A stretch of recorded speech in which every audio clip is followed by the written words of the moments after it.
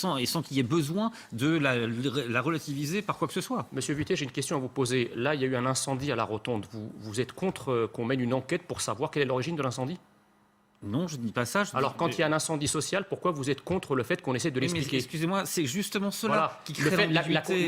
La condamnation n'exclut pas Il l'explication. y a une limite entre les deux. Il y a une limite entre les deux. On peut encore une fois avoir toutes les disputes, toutes les controverses que l'on veut. On peut avoir un rapport de force sociale qui se passe par des manifestations dans la rue. On peut avoir des grèves. C'est ce qui se passe. Oui. Et c'est le fonctionnement normal d'une démocratie qui a aussi des conséquences sociales. Mais quand on est à ce niveau où on a une extrême minorité qui est sans doute inférieure à 10 000 personnes qui sont encore en grève, quand on a des manifestations dont le nombre baisse de jour en jour, quand on a aussi une minorité violente qui s'exprime d'une façon ou d'une autre, à un moment donné, il faut être clair. D'accord. Il faut être clair parce que ce sont les règles qui nous permettent de vivre en commun. Permettez-moi de répondre à cela.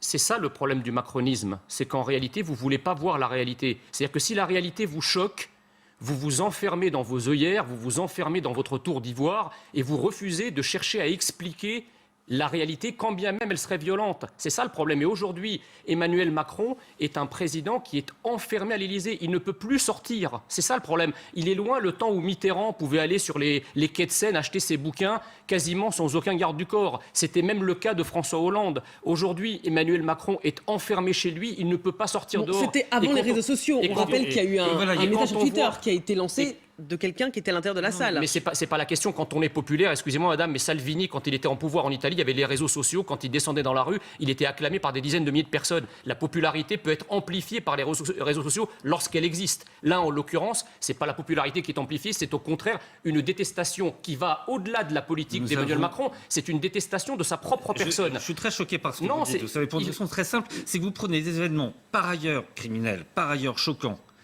et très divers, heureusement quand même, qui se passe avec une infime minorité et vous en faites le symbole d'une expression sociale. Oui, mais quand c'est une multiplication, monsieur, on avait les violences au moment des Gilets jaunes. Maintenant, on a les violences au moment du mouvement social. Il faut quand même chercher à expliquer. Le fait de condamner n'exclut pas l'explication. J'écoutais le débat. Je crois qu'on aurait tort de s'intéresser exclusivement à la face émergée de l'iceberg et cette violence exprimée dans la rue, parfaitement condamnable au demeurant, et d'oublier tout le reste. Il ne faut pas oublier que sur les presque 3 ans du quinquennat d'Emmanuel Macron, on aura connu non-stop quasiment la moitié du temps en révolte sociale et en révolte sociale violente. Donc à un moment, il faut quand même s'interroger sur ce phénomène qui est unique dans l'histoire.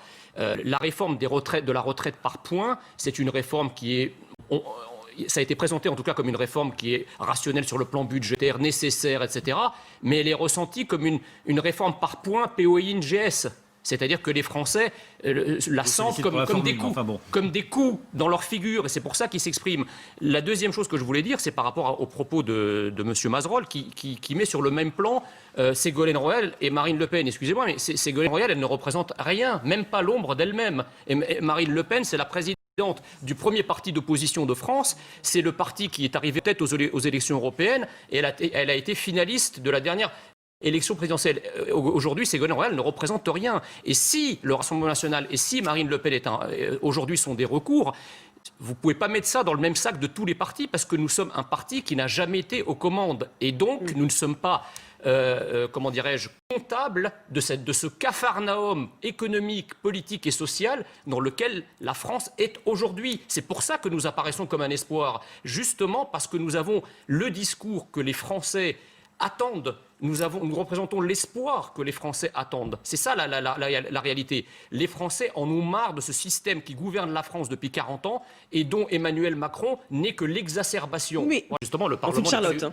Parlement n'est pas du tout représentatif. C'est bien ça le problème. C'est que si l'expression démocratique déborde au point d'aller jusqu'à la violence, c'est que quelque part, les institutions ne sont plus représentatives de l'ensemble des sensibilités des Français. Vous voyez bien que 48% du corps électoral tel qu'exprimé aux élections présidentielles sont représentés par 8% des députés. Je vous rappelle qu'on n'a pas exactement choisi ce cadre-là, c'est le cadre qui est le cadre démocratique dans ce pays. Vous auriez pu le réformer. Puisque vous parlez de ça, je voudrais revenir sur ce que disait Romain Goupil tout à l'heure. sur la notion de référendum, parce que je pense que cet appel permanent que vous faites au référendum, qui consiste à faire en sorte que les décisions soient binaires, oui, non, on reste comme on est, ou alors on accepte ce qui nous est proposé sans aucune discussion, ça aboutit aussi à cette forme de radicalité du discours. C'est qu'à un moment donné, on ne peut pas être dans une démocratie qui fonctionne uniquement par coup de volant, on dit oui, non. Et votre appel constant au référendum sur toutes les questions, qui d'ailleurs vous permet de ne pas avoir de proposition concrète, parce que c'est forcément en contre, il y a derrière tout cela l'idée qu'on participe à une démocratie qui n'est plus dans le débat, mais qui est dans la radicalité. La radicalité que vous constatez dans la rue, elle est certainement pas liée à la multiplication des référendums que vous avez fait. Non, non. Au contraire, là, pour le coup, c'est sûr. Charlotte, c'est la conséquence du non-référendum qui dans l'idée que toute question puisse avoir une réponse simple et qui est celle du refus. En et c'est ça votre façon de manipuler les événements pour pouvoir avoir cette posture du refus permanent par rapport à la société. On a mis fin au cumul des mandats, mais Macron, il a inventé un truc génial qui s'appelle le cumul des mandales.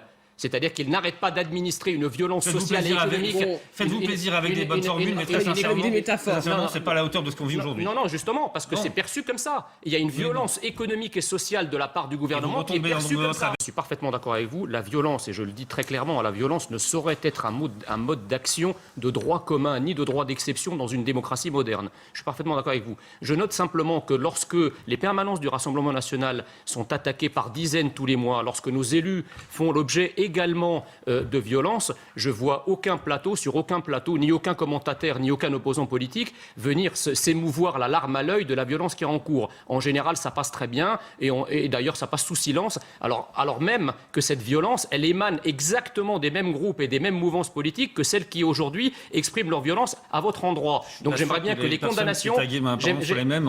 J'aimerais bien, si vous voulez, que quand on condamne la violence, on la condamne de manière globale et unanime, et pas simplement en faisant du deux poids, deux mesures et en ayant l'indignation sélective. Je la condamne tout à fait globalement. Voilà.